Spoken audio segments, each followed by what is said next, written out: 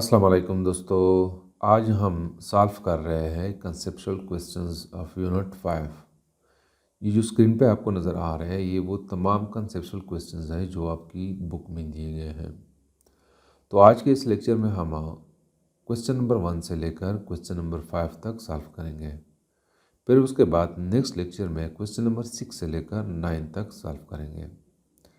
तो सबसे पहले हम डिस्कस करते हैं क्वेश्चन नंबर 1 को।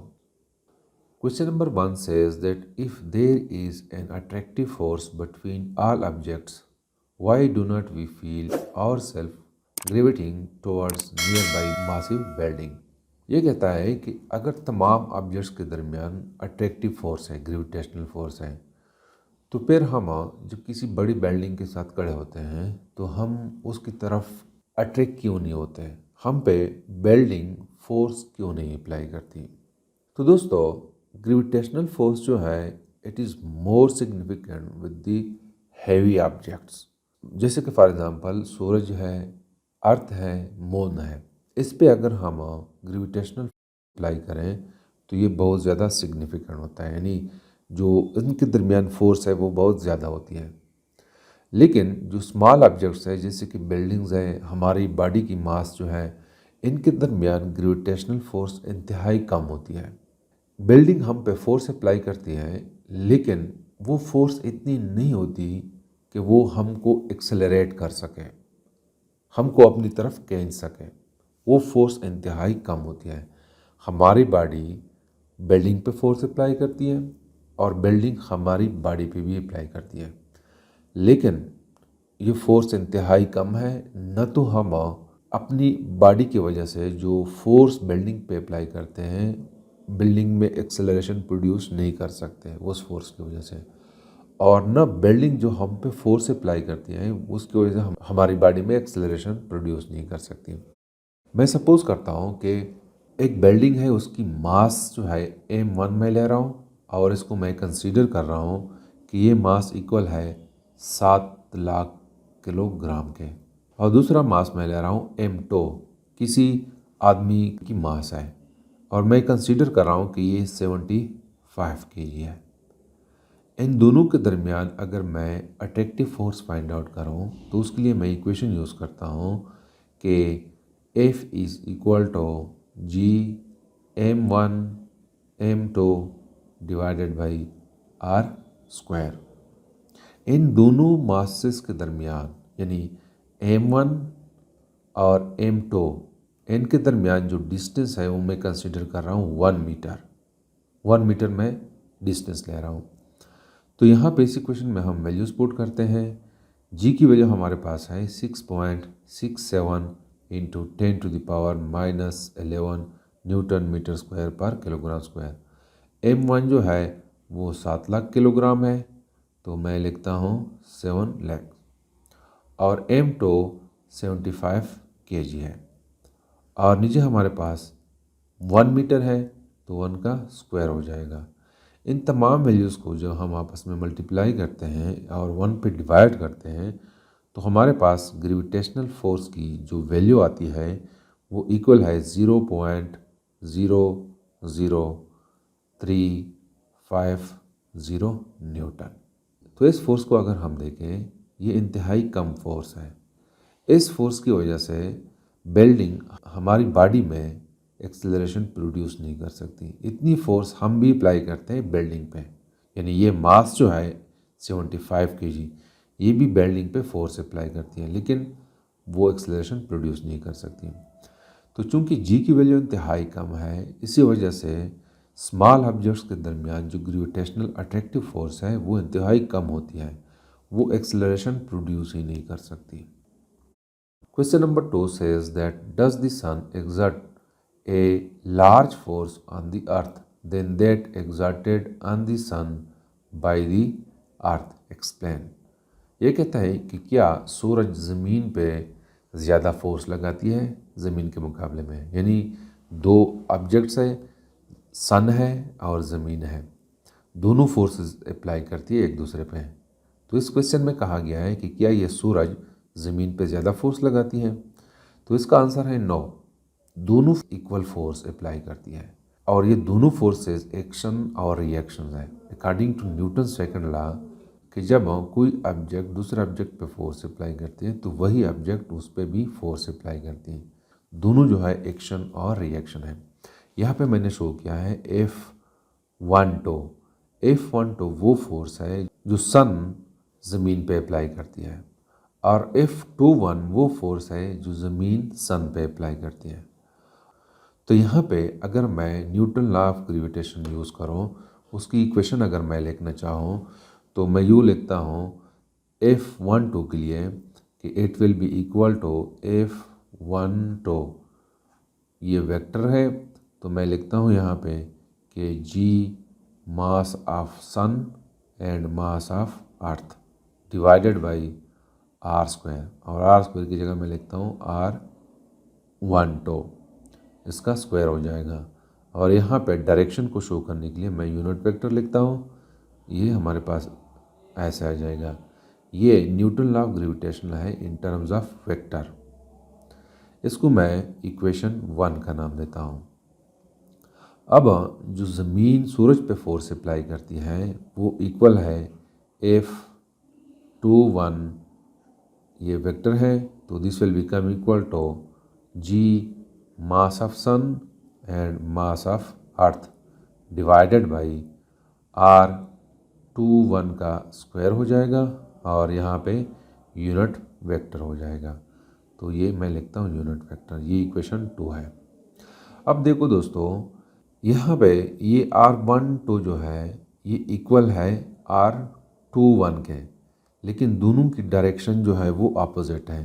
तो लिहाजा यहाँ पे मैं लिखता हूँ कि R12 यूनिट वेक्टर जो है it is equal to minus R21 के।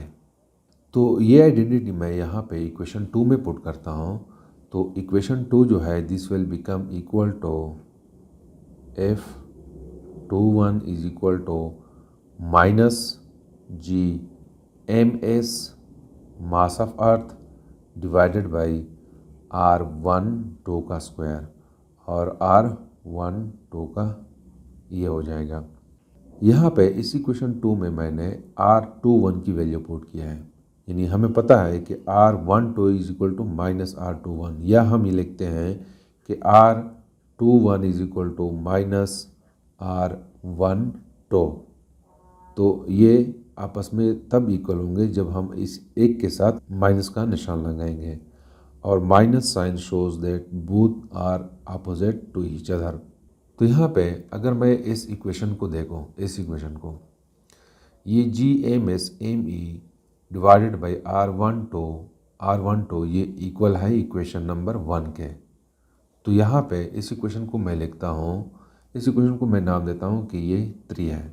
तो इक्वेशन 3 में मैं इक्वेशन 1 पुट करता हूँ, तो this will become equal to F21 is equal to minus, और बाकी टर्म जो है वो इक्वेशन 1 के बराबर है, तो मैं लिखता हूँ F12 का वेक्टर है। तो ये दोनों फोर्सेस जो है ये मैग्नीट्यूड में बराबर है लेकिन डायरेक्शन में अपोजिट है। एक एक्शन है और दूसरा रिएक्शन है। तो लिहाजा हम कहते हैं कि ज़मीन जितनी फोर्स सूरज पे अप्लाई करती है, सूरज भी उतनी ही फोर्स अप्लाई करती है। Question number 3 says that what is the importance of gravitational constant G? Why is it difficult to calculate? दोस्तों, ग्रेविटेशनल कांस्टेंट यानी G की जो वैल्यू है it is equal to 6.67 into 10⁻⁻11 newton metre square पर kilogram square. ये value पूरे universe में same है।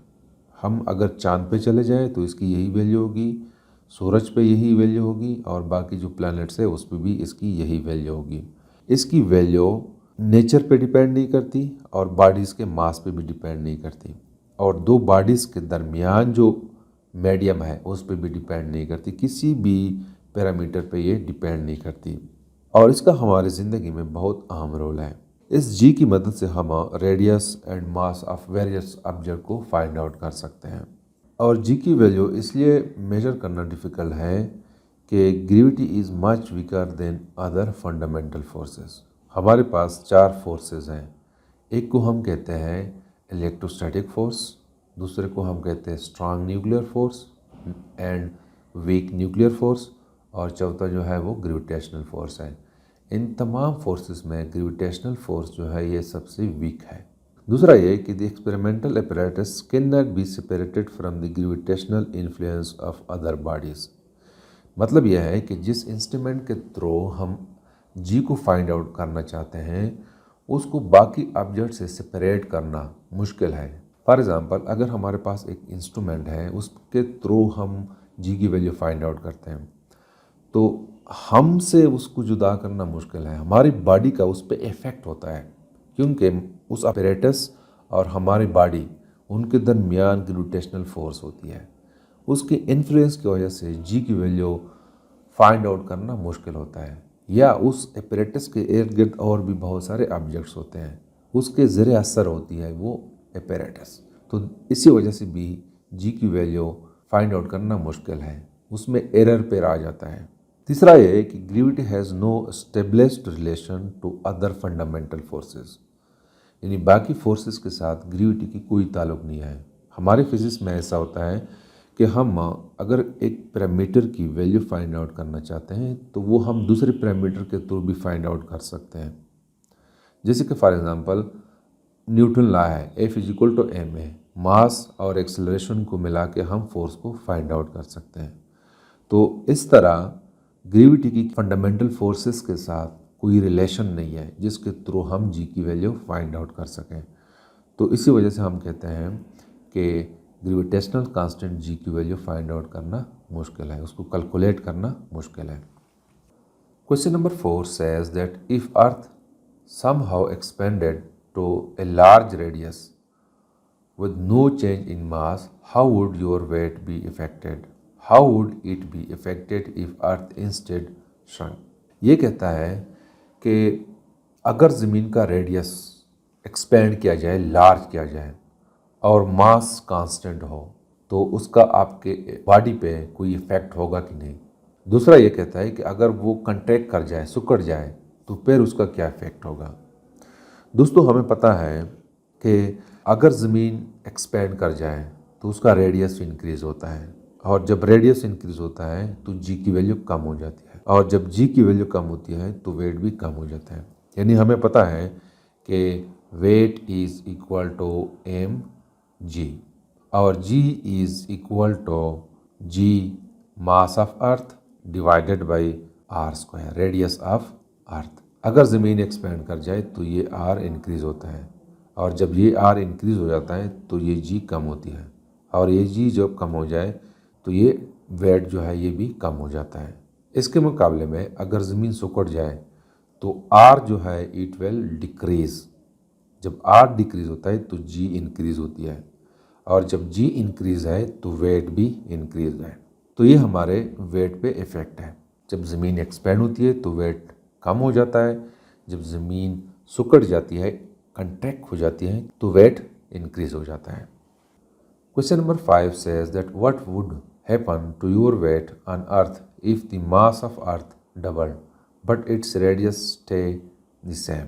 ये कहता है कि अगर ज़मीन की मास को डबल किया जाए और रेडियस सेम हो तो आपकी वेट को क्या होगा, मतलब वो इंक्रीज़ होगा या डिक्रीज़।